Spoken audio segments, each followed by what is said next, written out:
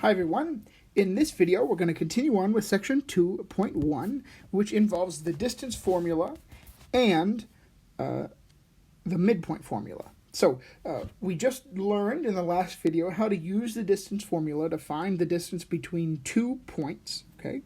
And so we're going to sort of stretch our muscles with this ability or with this skill and apply it to geometric object type things, okay? And so what we're going to do is use this ability to do three things. Find the length of the sides of the triangle. So we're going to apply the distance formula 3 times to do so. Determine if the triangle is a right triangle. Okay, and then find the area of the triangle. And so I'll explain steps 2 and 3 in a little bit more detail. So here it is, rewritten in a more palatable fashion with more space to work. So we need to find the lengths of the sides of the triangle. So I'm going to call, let's find the length of AB.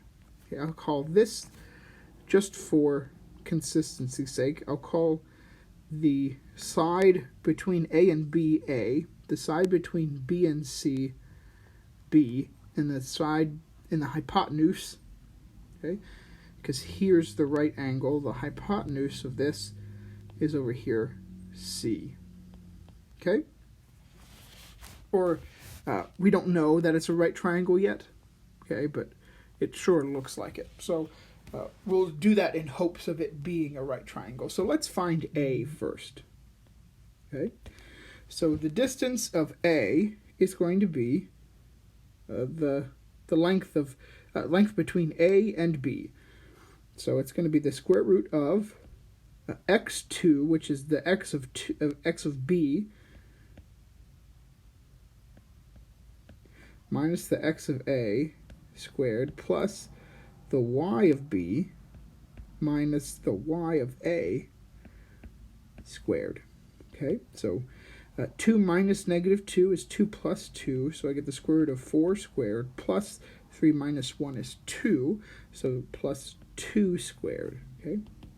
So that's the square root of 4 squared is 16, and 2 squared is 4, so this is the square root of 20, and the square root of 20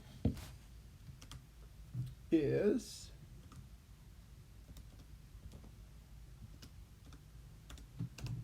4.47. 4.47. Okay, so there's A. Now we'll go to B. So this is the length from B to C. So we start with the square root of x of C minus x of B squared, plus the y of C minus the y of B squared. Okay, so let's simplify. 3 minus 2 is 1, and 1 squared is 1. So that's the first one. And then 1 minus 3 is negative 2, and negative 2 squared is 4. So we're left with the square root of 5, which is 2.24. 2.24. Okay, so I'm rounding to 2 decimal places, which may get us almost in trouble for determining if the triangle is a right triangle, but we'll see what happens. Lastly, we need to find the length of C. So let's do that here. Sorry for moving all around. X of C minus x of A. So that's 3 minus negative 2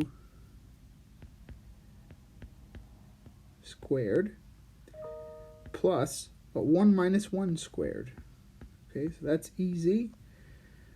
That's 0. 0 squared is 0, so that goes away. And so I have 3 minus 2 squared. And so that is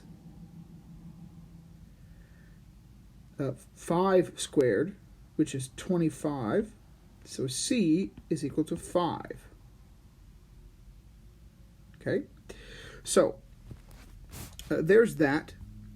And it might actually help us if we don't simplify it down to decimals here. So we have A is equal to the square root of 20. And actually, I can actually simplify that by saying that 20 is really 4 times 5. Okay, and then the square root goes to sort of both of them. And so the square root of 4 is 2, and so I can rewrite that as really 2 square root 5 for A. Okay, B is the square root of 5, and then C is 5. Okay, so I will now going to erase C just so I have some more room to work with. So that's 1-ish. Okay, 1 here. 2 is to determine if the triangle is a right triangle. Now, a triangle is a right triangle if the Pythagorean theorem holds. Okay, so is a squared plus b squared really equal to c squared? Let's find out. So a is 2 square root of 5 squared plus b squared, which is the square root of 5 squared. Is that equal to c squared, which is 5 squared? So the square goes to both the 2 and the 5. So I get 4 times 5 plus square root of 5 squared is 5. And then 5 squared is 25. 4 times 5 is 20, plus 5 is 25. So I get 25 equals 25. Hence, yes, it is a right triangle. Okay, it is a right triangle. So step 2 is done. Great. Now, step 3, determine the area of a triangle. So I would then ask you, do you remember what the area of a triangle is? And you probably would say no, and that's okay. The area of a right triangle, especially, is equal to 1/2 base times height. 1/2 base times height. Okay, where the base here we're going to say is b. Okay, we'll call b the base, and then a is the height. Okay, so the area is 1/2 b, which is the square root of 5, times the height, which is 2 square root of 5. Okay, so that was A, and B. So I have 1/2 times square root of 5 times the square root of 5 times 2. Okay, all in all, everything's multiplied together. So the 2 and the 1/2 cancel out, and I get the square root of 5 times the square root of 5, which is 5. Okay, when you multiply two things, square roots, you get the thing below it. Okay, you get the thing under the square root. So it turns out that the area is 5. So there are all 3 questions answered. Okay, you can expect something like this in the homework, on the exam, so on and so forth. Now we're going to move quickly on to the midpoint formula, which is our last thing for section 2.1. So we may also be interested in finding the midpoint of a line segment. Okay, and so the line segment will be formed by 2 points. Okay, and we're interested in finding the midpoint of that line segment. So for instance, if I'm in the XY plane and I have a line segment that goes from here to here, I'm interested in finding the point here, which is the midpoint. And the midpoint means that this length here is equal to this length here. okay, that those lengths are equal.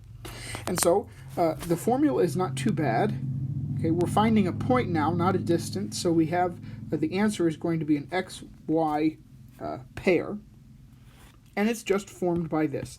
x1 plus x2 divided by 2 is the x-coordinate, and then the y-coordinate is y1 plus y2 divided by 2. So let's use that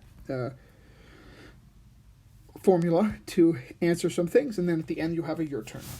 Okay, so we want to find this midpoint from the segment that's formed by those 2 points. Okay, and so it is x1 plus x2, negative 5 plus 3 divided by 2. Then the y-coordinate is y1 plus y2 divided by 2.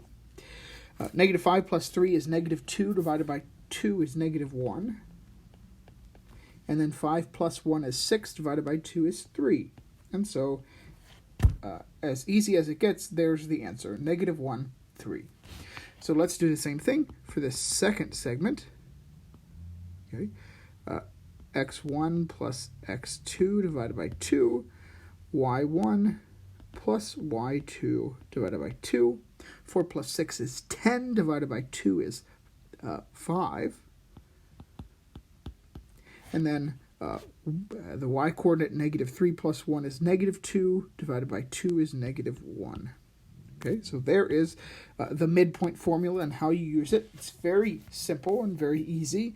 Okay, and so for the last slide in here, here's your turn. With this segment, find the midpoint.